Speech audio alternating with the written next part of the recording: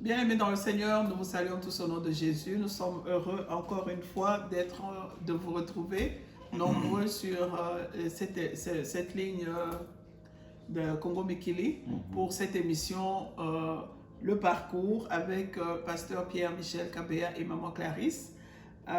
Nous saluons la présence de notre Dieu qui a dit partout où 2 ou 3 s'assemblent en son nom, il est présent. Amen. Nous espérons que vraiment la présence de Dieu va vous toucher parce que là où il est, il touche toujours.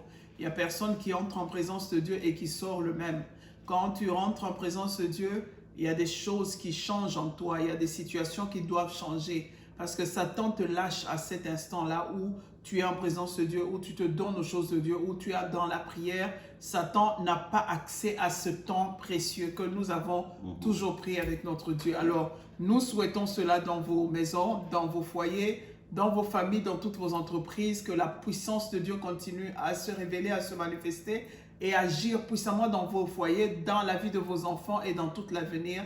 Que votre progéniture soit entre ses mains, que vos vies soient consacrées en Christ et que vous marchiez de progrès en progrès, de succès en succès. C'est la volonté de notre Dieu et que Dieu vous bénisse abondamment. Sans plus tarder, je vais passer la parole au pasteur. Amen. Que la paix du Seigneur soit toujours dans vos maisons et avec vous. Nous voici encore un autre dimanche pour présenter cette émission. Dimanche passé, nous avions manqué, mais aujourd'hui, nous sommes là. Comme maman l'a dit, que Dieu vous bénisse. Et réjouissez-vous toujours dans le Seigneur. Comme la Bible nous dit, je le répète, réjouissez-vous toujours dans le Seigneur. Que votre douceur soit connue de tous, car le Seigneur est proche.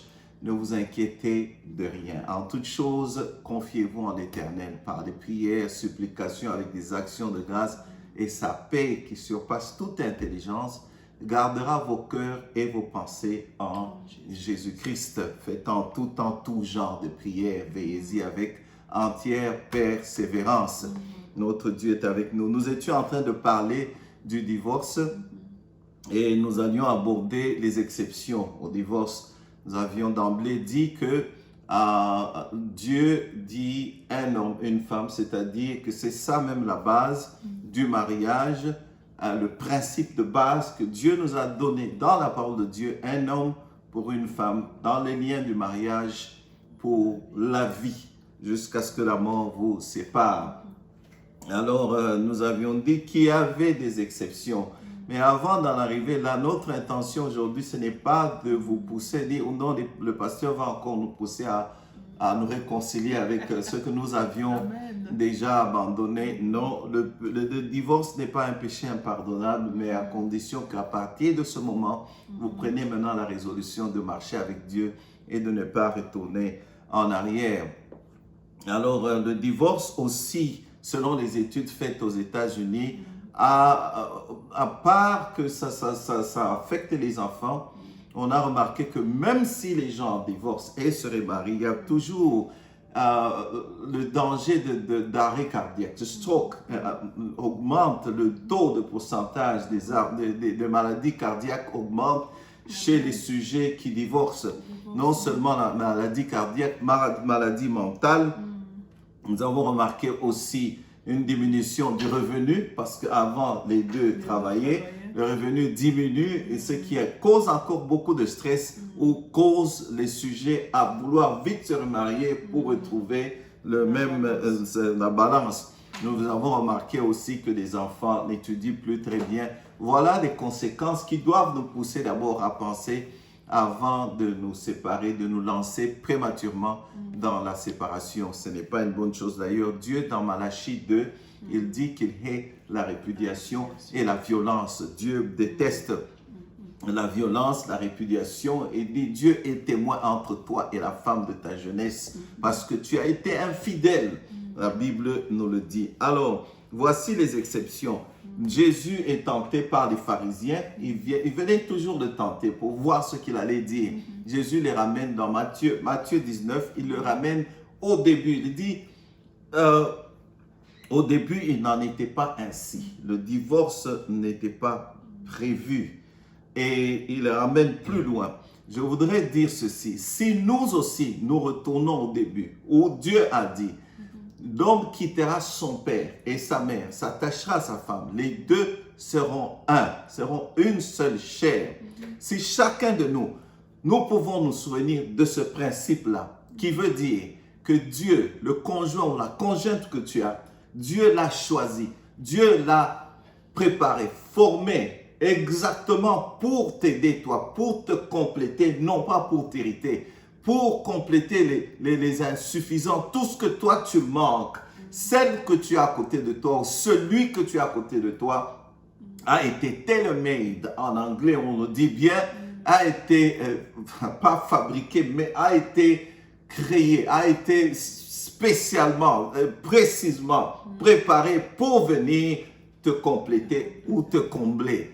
Voilà un peu. Si nous pouvions aussi nous rappeler que quand les deux personnes s'unissent dans le lien du mariage, ils forment un lien inséparable. C'est pourquoi Dieu dit que les deux seront un.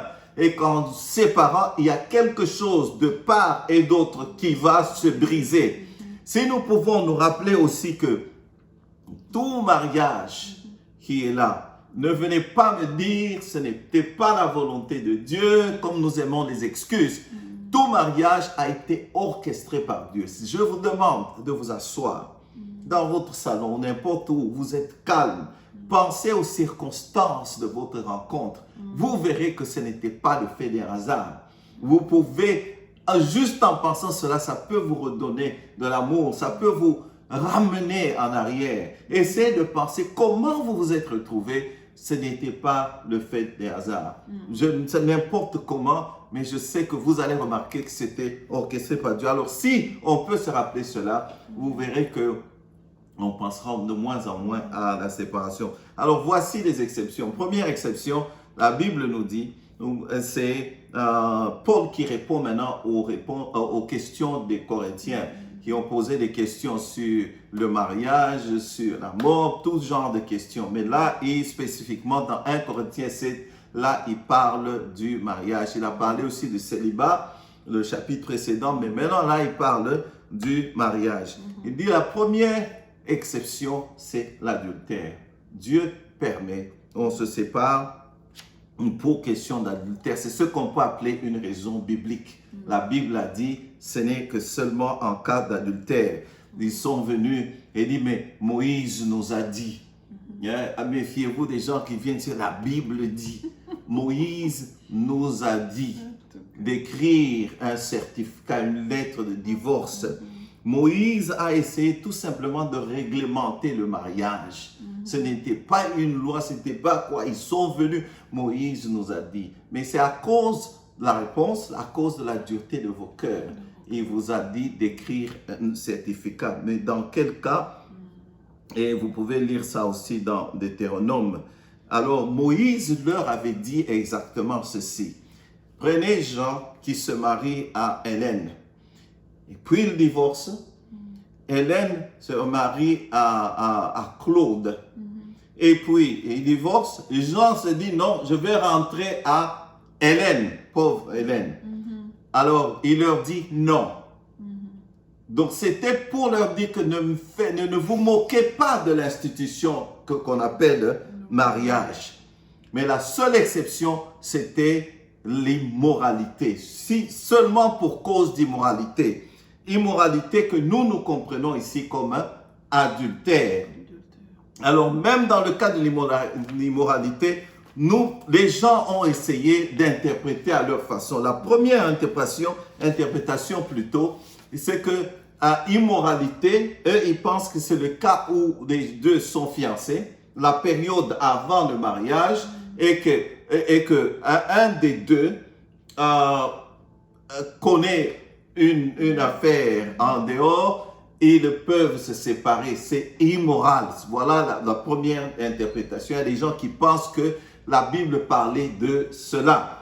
Deuxièmement, il y en a qui pensent que c'est un mariage immoral qui veut dire vous n'étiez pas chrétien, vous vous êtes mariés, soit selon la coutume, et quand vous êtes devenu chrétien, vous avez remarqué que c'était l'inceste. Parce qu'il y a des tribus ou des pays où les gens se marient entre frères et sœurs, et c'est de ça que la Bible parle. Deuxième interprétation. Troisième, et ce que je pense que la Bible est en train d'adresser ici, c'est le cas simplement d'adultère. C'est-à-dire au cas où le conjoint ou la conjointe va connaître une affaire en dehors du mariage. Et Dieu permet, bien aimé, je choisis bien les mots, il permet. Il ne commande pas, parce que Dieu, je pense que nous pouvons toujours, même dans ce cas-là, Dieu faisant grâce, nous réconcilier et continuer le mariage. Si c'est un cas, je dis bien si c'est un cas où le conjoint ou la conjointe a connu une erreur, une fois. Mais si c'est vraiment une habitude, il a l'habitude de faire ça, je pense que là, Dieu permet la séparation. Donc voilà, premier cas d'exception, c'est l'adultère. Et il y a aussi d'autres exceptions. Je vais laisser d'abord à maman de parler et puis je vais continuer. C'est un cas délicat parce que, comme on dit toujours, le mariage engage le corps, l'âme et l'esprit. Donc, il y va de la vie de la personne. Et le mariage est une institution de Dieu. Quand nous entrons dans le domaine de Dieu, Dieu qui voit les choses spirituellement à un niveau pas supernaturel, mais surnaturel, il sonde les cœurs, il voit les reins. Voilà. Et il y a des choses qui arrivent pas parce que la personne a voulu que ça arrive. Il y a des choses qui sont, dictées par l'ennemi. Il y a des choses que les gens ont héritées dans leur héritage. Par exemple, les malédictions, par exemple, les mauvais sorts. Les gens sont nés, ils ont trouvé une famille qui a un mauvais sort. Et ils se retrouvent dans ce mauvais sort-là. Il y a des gens qui sont nés, ils ont trouvé que la famille a été maudite, ou alors quelqu'un a consacré cette famille-là, soi-disant cherchant des protections pour la famille, mais l'ennemi s'est retrouvé en train de se servir. Il a arraché les mariages, il a installé l'impudicité, l'alcoolisme et tout ce qu'il y a comme violence. Ça, c'est des cas surnaturels. C'est quelque chose qui est dans le surnaturel. Notre Dieu qui traite avec nous, il traite surnaturellement d'abord avant d'aller dans le physique. Alors, quand on se dit enfant de Dieu, on traite ce dossier-là différemment. On entre dans le surnaturel avec Dieu pour arriver à savoir l'origine du problème. Quelqu'un ne peut pas être violent parce qu'il a envie d'être violent. Il doit y avoir une source, une raison de son attitude. Un caractère né dans un enfant où il l'a hérité, où il l'a forgé, vu les circonstances dans lesquelles il était. Alors ça, c'est très important. On doit regarder ce côté, comme on parlait quand on parlait des fiançailles. C'est le moment où tu dois étudier l'autre côté, connaître la famille dans laquelle tu veux entrer, sonder même le surnaturel, de voir un peu, est-ce qu'ils sont à quel niveau spirituel, est-ce qu'ils sont réellement chrétiens, qu'est-ce qu'il y a comme réalité. Tu vois ça quand tu vis avec les gens, quand tu remarques qu'il y a la violence, quand tu remarques qu'il y a des divorces, quand tu remarques qu'il y a des stérilités, tu sens qu'il y a quelque chose qui catégorise cette famille-là.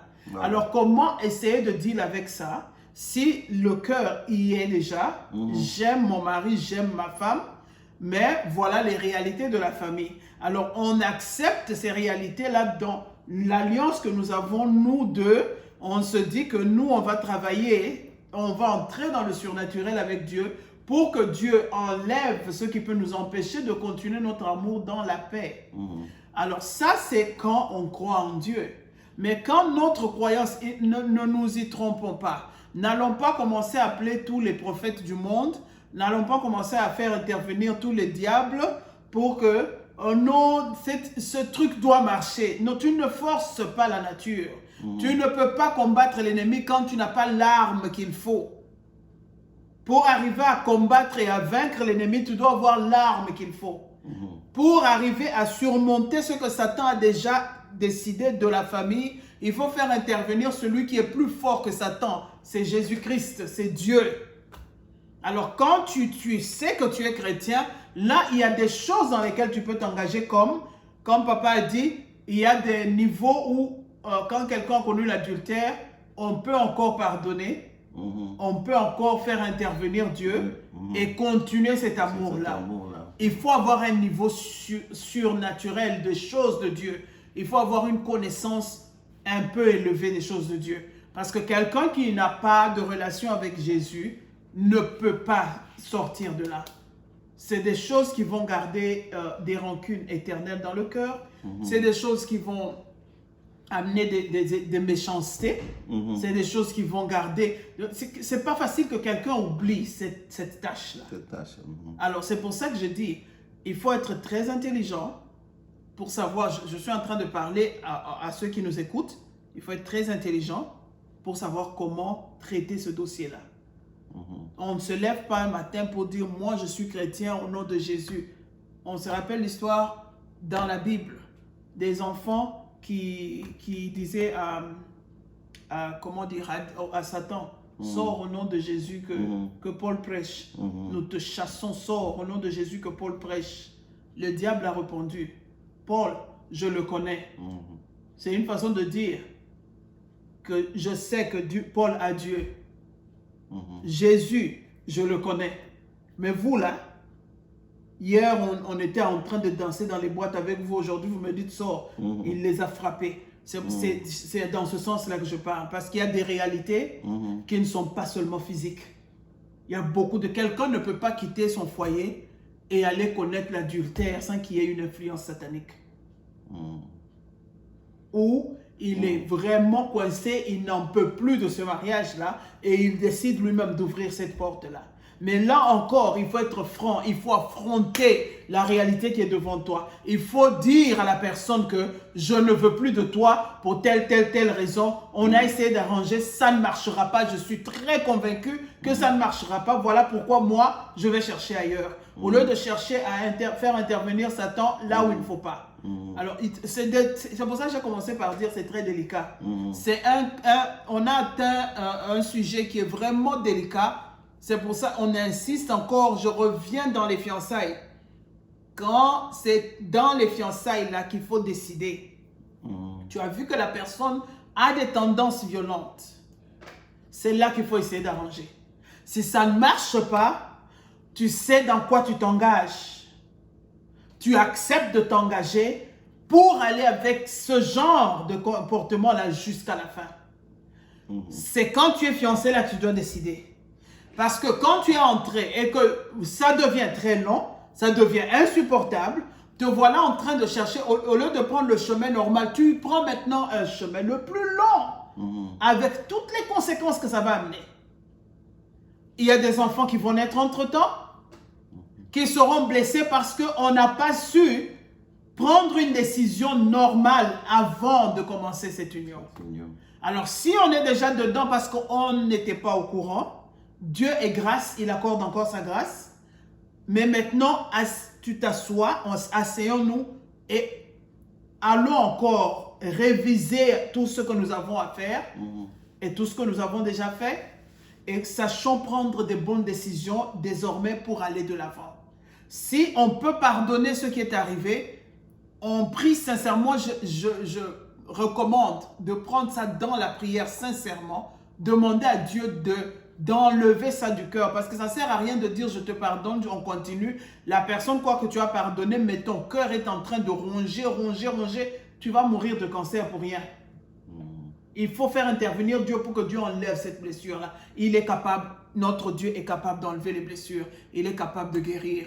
Mais il faut faire intervenir Dieu pour que ces blessures s'enlèvent, pour vivre un amour normal, une vie normale, sans, conséquences ou sans blessure intérieure, sans maladie psychosomatique. Que Dieu soit loué. Donc, le premier cas d'exception, j'ai parlé de l'immoralité que nous interprétons adultère. Donc, c'est ça qu'on appelle la raison et la seule raison biblique où Dieu permet. Je répète encore, je résume ce que maman a dit, Dieu permet. C'est un cas délicat, mais Dieu permet. Si Dieu vous fait grâce de pardonner et de restaurer, de revenir ensemble, allez-y. C'est pourquoi j'ai insisté, Dieu permet, il ne commande pas. C'est le premier cas. Vous pouvez retourner ensemble. Mais sinon, si le conjoint est vraiment dans le désordre, dans la vie de désordre, c'est son habitude de commettre l'adultère, l'immoralité, Dieu permet la séparation.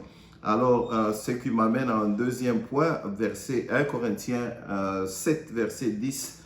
À ceux qui sont mariés, j'ordonne, non pas moi, mais le Seigneur. Paul dit que la femme ne se sépare point de son mari. Si elle est séparée, qu'elle demeure sans se marier ou qu'elle se réconcilie avec son mari. Et que le mari ne répudie point la femme. Donc, vice-versa. Si il y a deux personnes, il y a une qui devient chrétienne et qui décide de se séparer de l'autre, ou l'autre qui décide de se séparer de l'autre. Alors, la Bible dit bien ici, là, ce n'est pas pour des raisons bibliques. Nous avons évoqué la raison biblique, l'adultère. Et si ce n'est pas pour des raisons bibliques, par exemple, violence, par exemple, le conjoint est impliqué dans des fraudes ou dans la drogue, par exemple, ou le mari ne sait plus pourvoir, donc le foyer est devenu un chaos, ça devient pour des raisons non bibliques, toute autre raison que vous pouvez imaginer. Alors si tu décides de te séparer, la Bible dit bien ici que reste sans te remarier ou réconcilie-toi. Alors le seul cas où ça devient très délicat que je peux mentionner, c'est en cas de violence, d'abus. Je sous-entends ici que la Bible nous recommande d'arranger d'abord. Les gens peuvent se séparer pour question d'arranger et puis revenir ensemble. Parce que la Bible dit ici, si elle est séparée, qu'elle demeure sans se marier ou se réconcilie, le mari aussi. Donc voilà, deuxième cas où Dieu permet qu'on peut se séparer, mais sans se remarier. C'est vraiment, quand nous parlons au couple de ce cas ici, très vite les gens s'attellent à essayer d'arranger pour revenir ensemble. Parce que selon la parole de Dieu, si vous vous séparez, là, vous allez vivre dans l'adultère. Et encore une fois, je dis, c'est des cas très, très, très délicats. Dans une conférence, il y a un papa qui m'a dit, ma croix est trop lourde. Je ne pense pas que je peux la porter. Je ne pense pas que je peux revenir là-bas. Donc, si ce n'est pas des raisons bibliques, Dieu dit que vous pouvez arranger et revenir ensemble. À moins que, bien aimé, ça c'est moi qui pense, que la personne vraiment agit comme un infidèle et il n'y a pas d'espoir. Je ne pense pas que vous pouvez demeurer là à rester et attendre et attendre. Là au moins, je pense, je ne dis pas que ça c'est la Bible qui le dit. En tant qu'homme de Dieu, Dieu nous a fait grâce avec la sagesse d'en haut de pouvoir sonder, de pouvoir prier d'abord. Et dans ce cas, j'insiste que la prière passe avant parce que Dieu vous donnera une direction. Je sais que ça sera sujet de beaucoup de discussions, mais je dis d'abord ce que la parole de Dieu dit, et donc c'est un cas délicat. Si ce n'est pas pour question biblique, c'est-à-dire l'immoralité, vous vous séparez, la Bible dit, restez sans vous marier ou bien réconciliez-vous. Amen. Donc voilà un peu le deuxième cas et puis on va passer au troisième cas. Moi j'ai eu deux questions qui m'ont été posées concernant cette émission, ce thème ici. Il y a des mamans qui demandent et si ça devient insupportable de vivre avec la personne ne t'honore pas, la personne ne te considère pas, la personne arrive au point où même la satisfaction sexuelle, c'est seulement lui quand il se satisfait, le reste, c'est pas son problème. La personne ne respecte pas ma famille, la personne ne me donne pas la position qu'il me faut. Et puis, l'autre, la belle famille ne m'accepte pas. Ça, c'est un cas. Alors, le côté des hommes, j'ai eu des questions aussi qui disent, mais si la femme elle n'est plus le... je ne sais même pas comment exprimer ça. Elle n'est plus à ton goût. Elle n'est plus ce que tu attendais d'elle. Elle n'est plus ce qu'elle montrait quand elle était fiancée. Comme un mouton sous. Comme un mouton sous. Oso reconnaître était ou l'amour qui oso mon mouton sous n'andako. Alors quoi faire dans ce cas-là? Là, la réponse est là. Je me joins à mon mari pour répondre comme il a répondu. On prend souvent le mariage comme si c'est quelque chose qu'un être humain c'est un sujet qu'un être humain peut traiter à son niveau et puis s'arrêter là. C'est très important, bien aimé. Il s'agit de l'être humain. Il n'y a personne, il n'y a aucune puissance qui peut bien s'occuper de ce qui concerne l'être humain comme Dieu. Parce que c'est lui qui a créé le cœur. La Bible nous dit que le cœur du roi est entre ses mains. La façon dont il a dirigé le cœur de David, la façon dont il a dirigé le cœur d'Abraham, le cœur de Moïse, de Josué. Vous sentez quand vous lisez toutes ces histoires-là que c'est Dieu qui mettait dans leur cœur ce qu'ils devaient faire. C'est lui qui donne le vouloir, c'est lui qui donne le faire. S'il donne le vouloir et il donne le faire, il est capable de donner l'amour. On met Dieu dans toute autre chose, mais dans l'amour, on l'enlève, comme si ça vient de nous. Ça ne vient pas de nous, bien-aimés. Les sentiments, là, c'est Dieu qui les a mis. Et quand quelque chose est arrivé, il n'y a pas de hasard chez Dieu. Dieu, quand il a permis que quelque chose arrive, il y a une raison pour laquelle il a permis cela. Il a peut-être permis que vous vous rencontrez pour qu'un enfant soit né. Les conditions dans lesquelles vous vous êtes rencontrés, ça, c'est à son niveau à lui. Cet enfant peut-être sera un serviteur de Dieu. Cet enfant peut-être sera l'aide de cette famille-là. Cet enfant peut-être sera une bénédiction. On ne sait pas. Mais nous, souvent, c'est notre orgueil, notre égoïsme qui compte d'abord. Pourquoi moi, je n'ai pas eu le gain? Pourquoi moi, je n'ai pas? Quelque part dans la vie, bien aimée, on apprend vraiment du côté le plus difficile et dur. Dans la vie, il y a beaucoup de sacrifices qu'on doit consentir. On doit mettre beaucoup de sacrifices avant de gagner quelque chose. Notre Dieu l'a montré par un exemple. Jésus-Christ est venu, il a sacrifié sa vie pour arriver à gagner nos âmes. Amen. Nous aussi, quelque part, quand tu veux réussir, quand tu veux être un grand dans la vie, tu dois sacrifier ta jeunesse à étudier, à avoir des grands diplômes. C'est un sacrifice. Prendre le temps d'aller à l'école, de passer des nuits blanches à faire des devoirs, c'est un sacrifice, bien aimé, mais à la fin, le résultat est grand. Amen. Alors, c'est de même dans le mariage. Il faut prendre le mariage comme si c'est un boulot, c'est un travail où, comme on se réveille chaque matin, on va à l'office s'asseoir, passer 8 heures. Le mariage est la même chose. Tu te réveilles chaque matin, Seigneur, qu'est-ce que cette journée nous réserve? Qu'est-ce que je peux faire pour que cette union continue en beauté? Qu'est-ce que je peux faire pour donner la paix à mon conjoint? Qu'est-ce que je peux faire pour que ma conjointe soit tranquille? C'est un travail, bien-aimé. Il y a des choses à sacrifier. Il y a des choses, tu te dis, non, je sais que j'ai vraiment un intérêt ici, mais laisse-moi d'abord sacrifier cet intérêt-là pour que cette union aille de l'avant. Si on pense de la sorte, il y aura moins de divorces. Mais quand on pense seulement à moi, c'est là que le problème commence. Amen. Et quand moi j'agis, quand je suis en train d'agir là, je me mets à la place de l'autre. Qu'est-ce que ça peut donner comme résultat chez l'autre? Si celui-là agit de la façon dont j'agis, comment je me sentirai? Ça va facilement, ça va nous aider facilement. Moi, je trouve. Amen. Amen. Ouais. Donc, deuxième cas, je disais, Amen. pour résumer, dans le cas où vous êtes devenu chrétien, hein, ça peut être l'homme ou la femme, et la Bible dit, restez ensemble. Je vais relire le verset. À ceux qui sont mariés, j'ordonne, non pas moi, mais le Seigneur, que la femme ne se sépare point de son mari.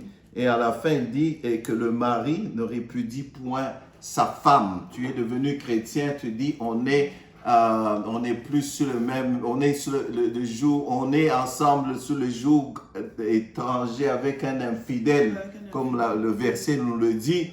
Ça, c'est quand, comme maman l'avait dit, avant de se marier. Là, il faut examiner si l'autre n'est pas sous le même joug, il n'y a pas d'accord, c'est-à-dire, comme Paul nous le disait, c'est là qu'il faut décider s'il n'est pas chrétien ou s'il n'est pas chrétien. Mais quand vous êtes déjà ensemble et qu'un devient chrétien, la Bible dit restez ensemble. Mais si vous vous séparez et que ce n'est pas la raison biblique de l'immoralité, la Bible dit reste sans se remarier. Ça peut être des raisons, comme je l'ai évoqué, on ne sait plus prendre soin de la conjointe. Maman a donné beaucoup d'exemples ici. Mais là, je vais souligner, en cas de violence, là, il faut faire attention parce que beaucoup d'hommes de Dieu nous sommes mis dans des problèmes en encourageant des gens qui sont victimes de violence à rester là parce que la Bible le dit, au risque de sa vie. Bien aimé, en cas de violence. Et tout ceci, je sous-entends que Dieu peut permettre que vous soyez séparés pour un temps, pour raison de travailler avec le Seigneur, les hommes de Dieu, pour arranger avec les professionnels, pour aider les personnes à changer si c'est des cas extrêmes, afin de revenir ensemble. J'espère que je me fais bien comprendre. C'est là aussi, je ne te coupe pas la parole, je m'excuse. C'est là aussi que le choix des parrains et des marraines est très, très important. On ne choisit pas des parrains qui, tout le monde les connaît là dehors, alors je veux qu'ils soient mes parrains. On choisit des parrains qui sauront spirituellement vous diriger, vous conseiller. Quand il y a un problème comme ça, les parrains, les hommes de Dieu se mettent ensemble pour prendre chacun prend un de son côté. On ne vous sépare pas, mais on va éduquer celui-là, conseiller, prier avec. Parce qu'il y a des moments où quand la colère est très à fond, on ne sait pas raisonner normalement. On prend le temps de vous écarter l'un de l'autre. Celui-ci vit chez le parrain ou bien chez le pasteur. L'autre vit chez la marraine ou bien chez le pasteur. Le temps de prier pour eux, le temps de les comment dire, rééduquer presque, conseiller. Et puis, on essaye de les réconcilier. Mais alors là, les couples doivent être sincères. Dans cette réconciliation-là, on doit prendre conscience qu'il ne s'agit pas d'un jeu comme de copinage, il s'agit d'un engagement, il s'agit d'une alliance. Alors quand je suis dans une alliance, je prends conscience que, en fait, ce n'est pas un jeu, je ne suis pas ici pour moi seulement ou pour mes intérêts seulement, mais c'est pour l'intérêt de Dieu d'abord et l'intérêt de la personne qui sera avec moi. C'est là qu'on doit prendre conscience et être sérieux avec soi-même, être honnête avec soi-même avant de reprendre. Si tu sens que tu préfères ta position de colérique et violent, alors sois sincère. Il ne faut pas dire j'ai changé et puis rentrer là-bas pour recommencer encore à zéro. Parce qu'on peut dire non, je tape comme je tape toujours. Cette fois-là, la personne s'en va. Voilà. Amen. Alors, un autre cas, là c'est dans le cas où un chrétien est marié à un non-chrétien et le non-chrétien décide de quitter, je crois, veut quitter. La Bible nous dit ici que le chrétien, s'il consent qu'ils restent ensemble, et rester ensemble. Ne laissez pas partir quelqu'un parce qu'il est non-chrétien, que vous êtes devenu chrétien. Parce que je vais essayer de bien lire le verset. Aux autres, si une femme a un mari non-croyant et qu'il consent à habiter avec elle, qu'elle ne répudie point son mari. Ça veut dire vous êtes chrétien, l'autre est non-chrétien, et consent à rester avec vous. Ne répudiez pas cette personne parce que vous êtes devenu chrétien et qu'il n'y a pas de rapport entre le non-chrétien et le chrétien. Restez ensemble. Pourquoi? La raison est là. La femme non-croyante ou le mari non-croyant est sanctifié par le frère ou par la femme. Autrement, vos enfants seraient impurs, tandis que maintenant ils sont saints. Ça veut dire que le chrétien va sanctifier. Je dis bien sanctifier ici, ça ne veut pas dire sauver. Il ne s'agit pas du salut. Il va sanctifier. La femme non chrétienne ou la femme chrétienne va sanctifier le mari non chrétien et les enfants. Il ne s'agit pas de sauver. Il s'agit de l'influence, la bonne influence chrétienne que tu auras sur le non chrétien pour que quand il sera visité aussi, qu'ils soient sauvés. Et l'influence surtout sur les enfants qui verront une manière chrétienne de vivre. Et il ne faut pas sauter sur l'occasion et dire que oh, moi j'ai donné ma vie à Christ. On est à Nikoliok, comme on dit en anglais. On ne vit pas sur le même joug. On est un joug étranger avec un infidèle. Moi, je dois partir. Non, la Bible dit ici, si le non-chrétien consent, rester ensemble. S'il dit qu'il va partir, là c'est autre chose. Et je parle ici peut-être de désertion, décide de partir. Oh non, tu donnes trop la dîme, tu passes ton temps tout le temps à l'église. Moi, je ne peux pas supporter ça. Les choses de Dieu là me tournent la tête. Je m'en vais. Mais s'il consent, généralement, si c'est un bon mariage, il consent. Généralement, il consent à rester. C'est les chrétiens plutôt qui ont été la plupart hypocrites. Non, la plupart des temps, c'est les hommes de Dieu qui ont mal géré ce genre de dossier. Il y a beaucoup de cas où les hommes de Dieu ont entêté les chrétiens à quitter ce genre de conjoint. Et ça fait beaucoup de dégâts. Et souvent, voici la phrase qu'on utilise. Ce n'était pas la volonté de Dieu. Donc, ce n'était pas la volonté de Dieu. Maintenant, moi, je suis chrétien, toi, tu n'es pas. Et on va chercher ailleurs. La volonté de Dieu était seulement d'avoir des enfants qui sont déjà nés là. Et puis de les laisser parce qu'on est devenu chrétien. Alors, vraiment, c'est pour ça que je dis, c'est la sagesse qu'il faut demander à Dieu. C'est une sagesse profonde qu'il faut demander à Dieu, un bon discernement. Parce que les gens se sont rués dans les églises sans demander vraiment à rencontrer des vrais hommes de Dieu, qui les ont tous induits en erreur. Et une bonne interprétation de la parole de Dieu. Ce que Dieu dit, c'est ce que nous devons faire. Amen. Donc aujourd'hui, nous pouvons nous arrêter là. Nous allons continuer la fois prochaine avec d'autres cas d'exception. Donc, Dieu permet, en cas d'adultère, Dieu permet aussi en cas où les deux, vous étiez non-chrétiens, un devient, mais celui qui consent, le non-chrétien consent à rester, la Bible dit ne vous séparez pas. Mais si la personne veut partir, Dieu permet qu'elle parte. Mais ne la pousse pas à partir. Ne la pousse pas à partir. Donc, Amen, parce que tu peux commencer à agir de sorte à ce que la personne parte. Et je répète, le seul cas où on peut permettre, comme maman a si bien expliqué, de ne pas vous séparer, de vous mettre l'un de côté, de l'autre côté, pour question de rééducation, de conseil, on peut le faire et sous-entendu que vous puissiez revenir ensemble. Parce que ça ne sert à rien de connaître ce que la Bible dit. Si ce n'est pas pour raison biblique que vous vous séparez, quand vous allez, alors ne vous remariez pas, restez sans vous marier, sinon vous vivez dans le péché, dans l'adultère. Bien-aimés, que la paix du Seigneur soit avec vous et à la fois prochaine.